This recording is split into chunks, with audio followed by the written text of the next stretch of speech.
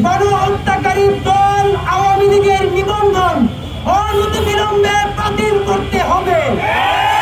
সকালে খাবার পরে এরপরে আমরা আর কিছু খাইনি এবং আমরা কখন খাবো এইটা ঠিক করবে বাংলাদেশ সরকারে এখন যারা উপদেষ্টা আছেন। তা আমরা তাদেরকে সময় দিতে চাই, তারা ভালো করে দুপুরে লাঞ্চ করুন, আমরা এখানে অনশনে থাকি, রেস্ট টেস্ট করে হালকা ভাত ঘুম দিয়ে তাদের যদি মনে হয় যে জুলাই যোদ্ধা ভাই বোনেরা রাজপথে বসে আছে এবং তাদের দাবি তিনটা। প্রথম দাবি, গণহত্যাকারী দল আওয়ামী লীগের নিবন্ধন অনতিবিলম্বে বাতিল করতে হবে।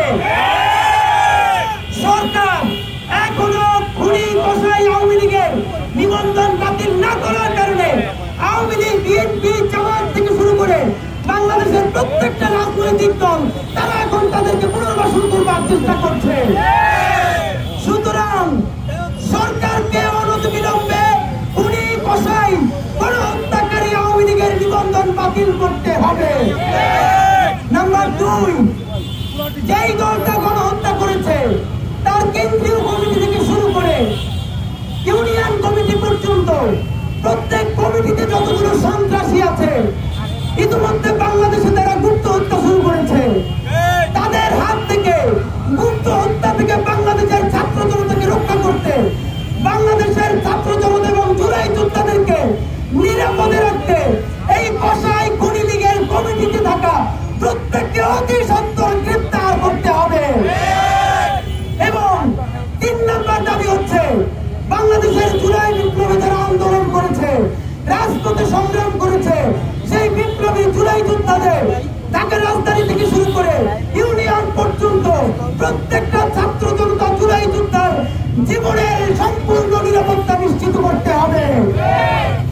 যদি না পারেন আমাদের এই দাবি, আমরা এখন কোন উপদেষ্টাকে বিশ্বাস করি না, কারণ সকল কথা তারা ডক্টর ইউনূস সাহেবের উপর দিয়ে চালিয়ে দেয়।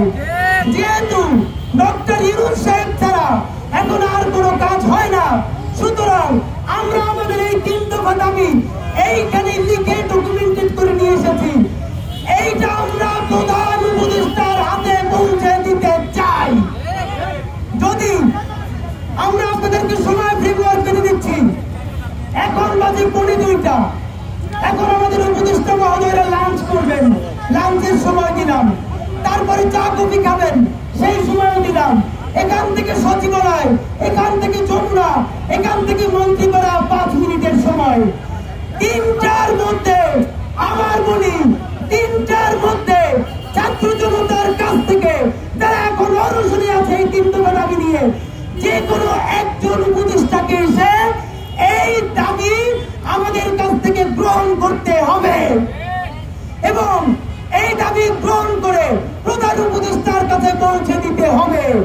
যদি 3টার মধ্যে আপনারা এটা না করতে পারেন, আমাদের ইতিমধ্যে প্রস্তাব দেওয়া হয়েছে, আমরা যেন প্রধান উপদেষ্টার কার্যালয়ে গিয়ে আমাদের লিখিত ডকুমেন্ট দিয়ে আসি।